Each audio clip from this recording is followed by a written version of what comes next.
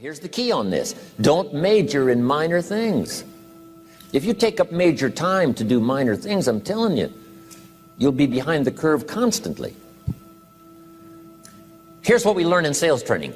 What's major time and what's minor time?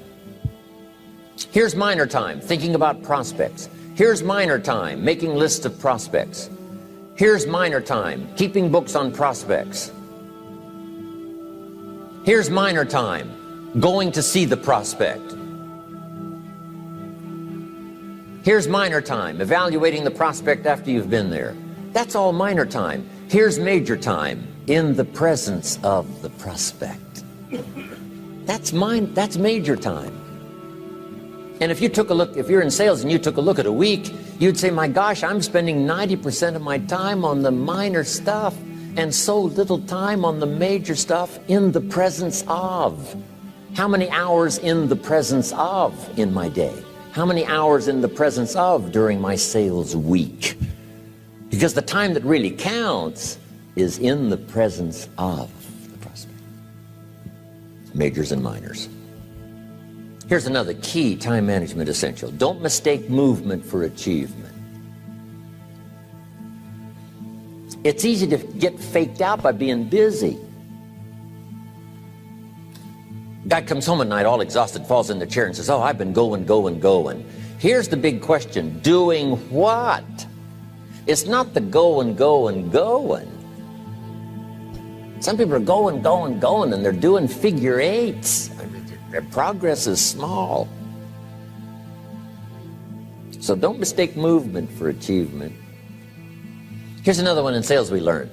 Don't mistake courtesy for consent. If somebody's pleasant and they nod, you say, oh, they're going to buy. No, they're courteous. You can't mistake courtesy for consent.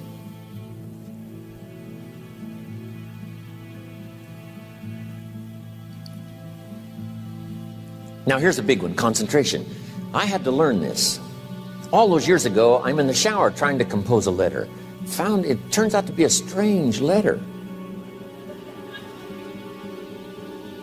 So here's what I learned to do. Save the work till you get to the office. Save the work till you get to the work. Don't try to get to the office on the way to work. On the way to work, enjoy the way. In the shower, enjoy the shower. Then go to work when you get to work. I found this to be helpful. Concentration. Here's another big one. Learn to say no. I'm telling you, in such a social society we have now, it's so easy to try to be a nice person, saying yes, yes, yes to everything. Find yourself overloaded. Now you got to call and make the, well, gosh, you know, all the time it takes to back out of something that you said yes to too quickly. Here's what might be better. I don't think so, but if that changes, I'll call you. Little things you can use not to overcommit yourself. My friend Ron Reynolds says, don't let your mouth overload your back. It's a good one. Now here's a big one on time management. When you work, work. When you play, play. Don't mix the two. Don't work at play. I used to take my family to the beach and I would bring my briefcase.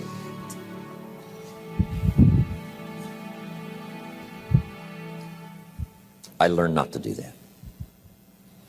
Or at the beach, I'm saying I should be at the office. I should be at the office. Now my family's upset because I'm at the beach and I'm thinking office, office, office. Now when I'm at the office, I'm thinking what? I got to get my family to the beach, the beach, the beach.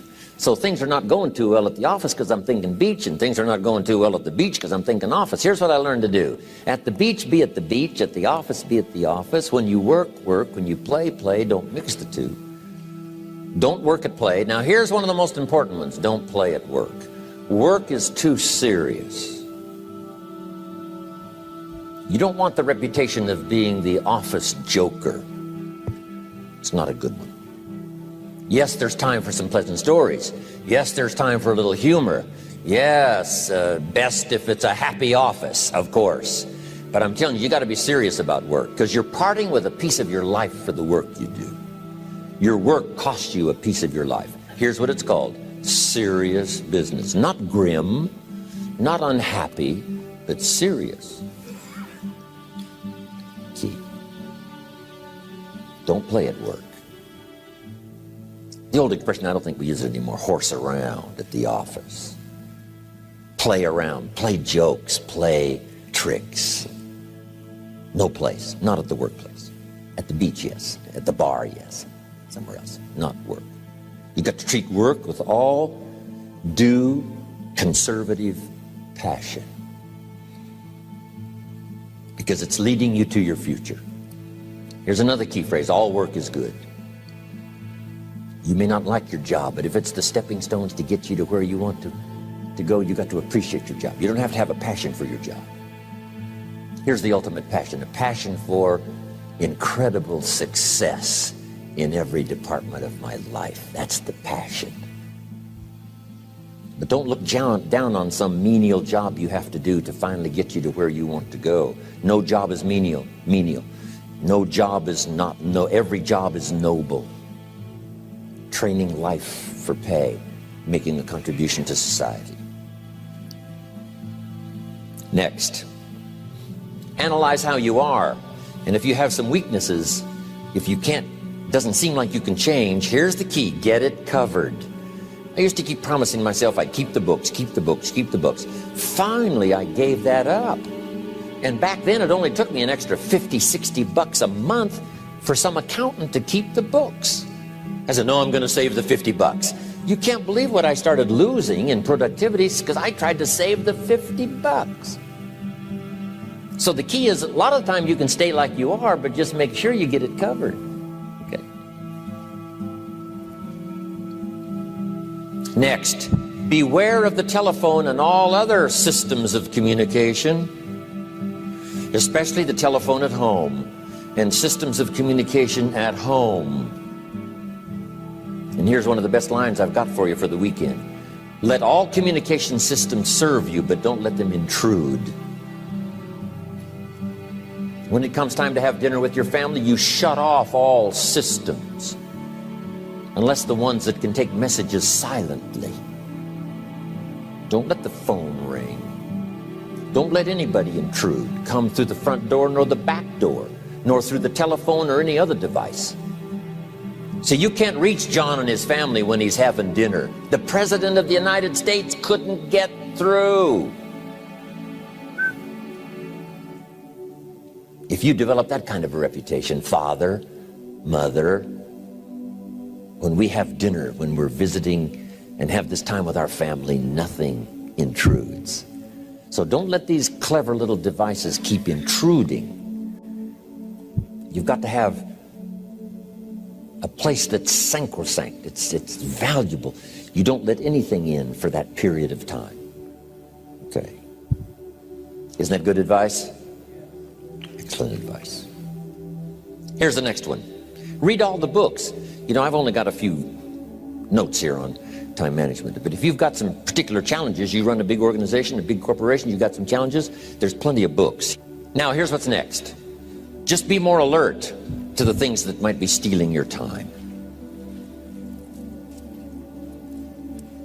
Here's why. Time is like capital. You can't let someone steal your seed corn. You can't let someone steal your capital, and you can't let someone steal your time. You must designate your time, and some of the time that you designate, you must not let anyone steal. Casual time, you might let someone intrude and steal a little bit and take a little bit, but not serious time. Key. Next, one of the great time management savers is to learn to ask questions up front. Sometimes you talk to somebody for an hour, and then you ask questions and find out if you would have asked those questions up front, you could have saved yourself an hour. Asking questions up front helps you to get to the problem now. But if you just launch into some discourse, you might waste 30 minutes, waste an hour, when here's what you should have been talking about. After you finished an hour, you say, John, what's really the problem? He said, well, it's something personal. See, that's what you should have been talking about this whole hour. Key. Next, learn to think on paper. Now we're going to take a break. Some ways to think on paper. One, we've covered one. Solving problems. Take it out of your head and put it on paper. Another one is setting goals. Making these lists we've already started. Here's another good way to think on paper. It's a projects book.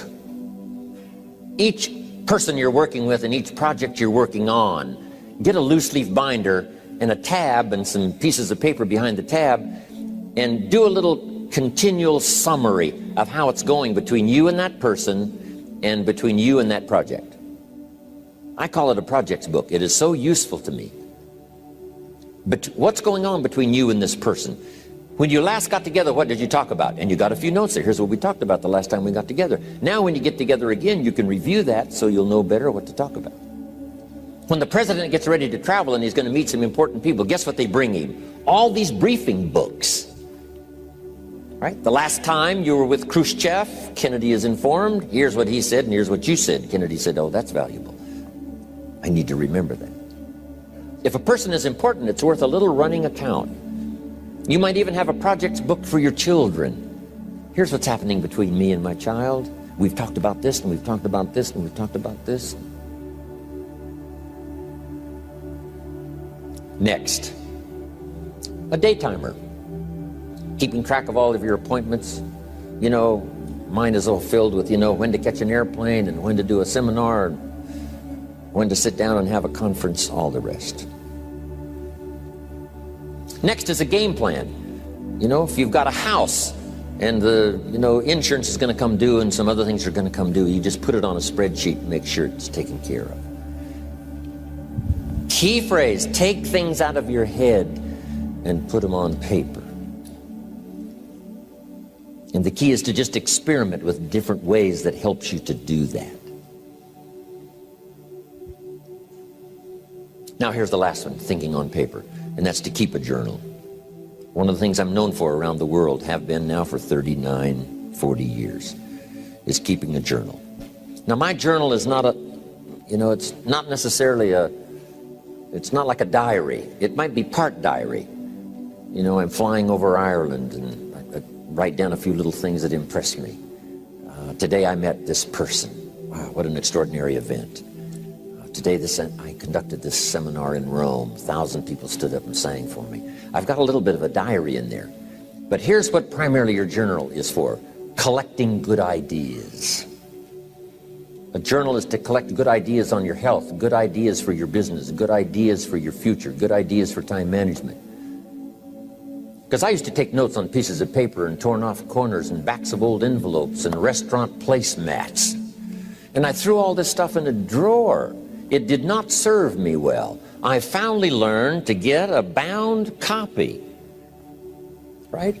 And just keep a journal, right? If I was here, I had my journal, I'd be taking notes, right? These 2 days in my journal. Now, if you're caught without your journal, you just take the notes. When you get back home, you've put those notes in your journal, throw the paper away. Because we don't usually go through paper to review. But see, my journals now make up a significant part of my own library. My journal's all reserved privately for my children and my grandchildren. Can you imagine what I've collected over the years? It's unbelievable. There are 3 treasures to leave behind. I think you've already got those notes, right? Here they are. Number 1, your pictures. Don't leave the event unrecorded. It takes only a fraction of a second to say, here's who I was with. When I travel the world, right? We take all these pictures, and here's one of the gifts.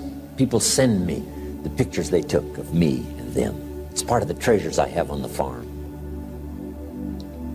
Incredible. A picture's worth 1,000 words to describe the scene, the emotion, what happened. Say, wow, this was an extraordinary day for me when I met these people. Here's what they told me happened to them when they went to my seminar 10 years ago.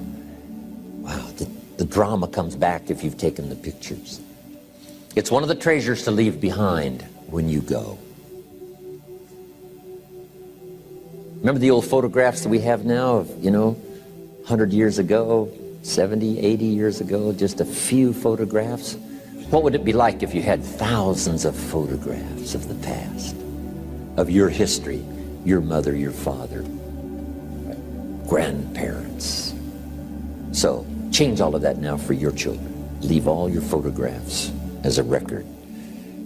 Here's what's next to leave behind, and that's your library. The books that changed your life, the books that changed your health, the books that rescued you from oblivion, the books that you passed on to other people, they were so exciting for you, the books that made you financially independent, the books that developed your leadership, the books that gave you wisdom to ponder when things were tough, the books that got you through the winter, the books that helped you to plant in the spring and harvest in the fall.